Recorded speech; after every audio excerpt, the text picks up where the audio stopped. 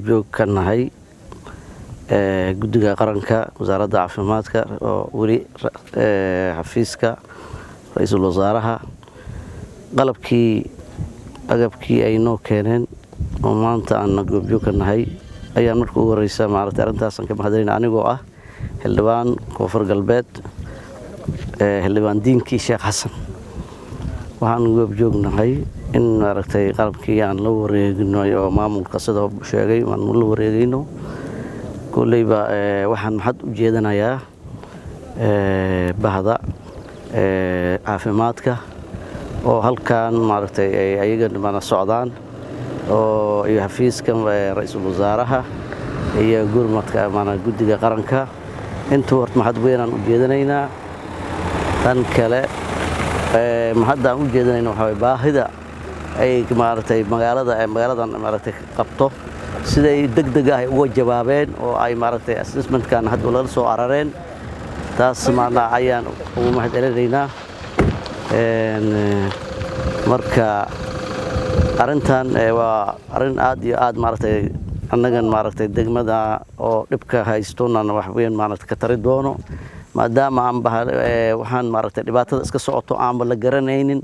wixii maaragtay in la ogaado cudurkan inuu sida qaabkuman u jiro in la ogaado arin aad maaragtay aad iyo aad labadan bir wajah wareersanayn laakiin hadda alxamdulillaah rabbil caalamiin waxaan maaragtay hadii agabkan maaragtay meesha la geeyo wax waa kala cadaanaya marka aad iyo aad ugu faraxsanahay hadaan nahay maaragtay waxa mas'uuliyiinta sida idinkan maaragtay aad maaragtay soo xilqaanteen oo maaragtay iyadan maaragtay aad iyo aadan idinka mahadcelinaynaa waxaan soo gaartay fiiskii koowaad oo daawada ay lagu talagalay cudurkan bacsan ee coronavirus ilaahay ma hadii runtii dadaal badan iyo fikir badan loo galay runtii marka ayagana wasaaradda caafimaadka daawadiina soo gaarsay runtii mana aad iyo aad ugu mahadcelinaynaa maadaama oo hadda mana baaritaankii hadda gudagaleeno runtii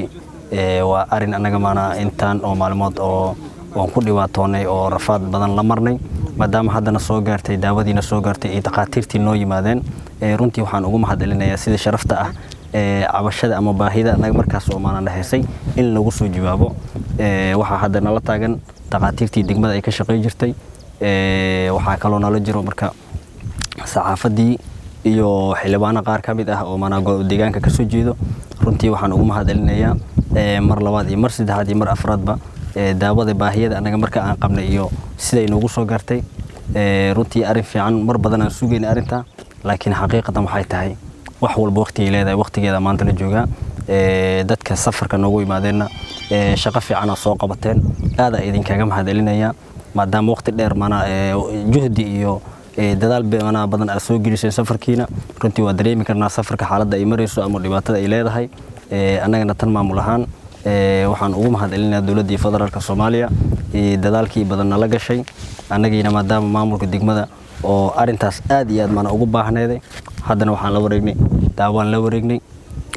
magaaladiina hadda si gurgadeena insha Allah taala shaqooyinkii markaas annagana hortaale ayaan bilaaban doontaa ilaa 30 kiisood ayaa la rabaa in magaalada laga ogaado noga xafiiska wasaaraha iyo wasaaradda caafimaadka waxaan halkaan u keenay qalab caafimaad hortaga COVID-19 iyo qalab yar oo cholera si degdeg ah u keenay waxaan codsaday guddiga qaran COVID-19 oo wasaaraha hogaaminaya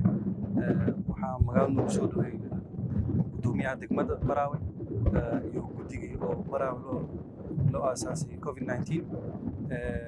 si fiican ugu soo dhaweeyay waan maanta assessment baan ku sameynay samples baan qaadan ilaa 14 xab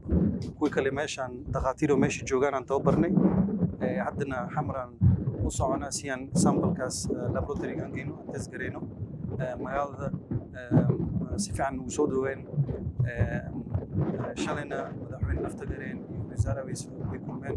waxay ku heshiiyeen in mission meeshan ku sameeyno iyo magaalada marka xoogeen saarno qalab inaan keeno marka dadaalkaas aan ku jirna walaalaheenana waxaan ka codsanaynaa inay ka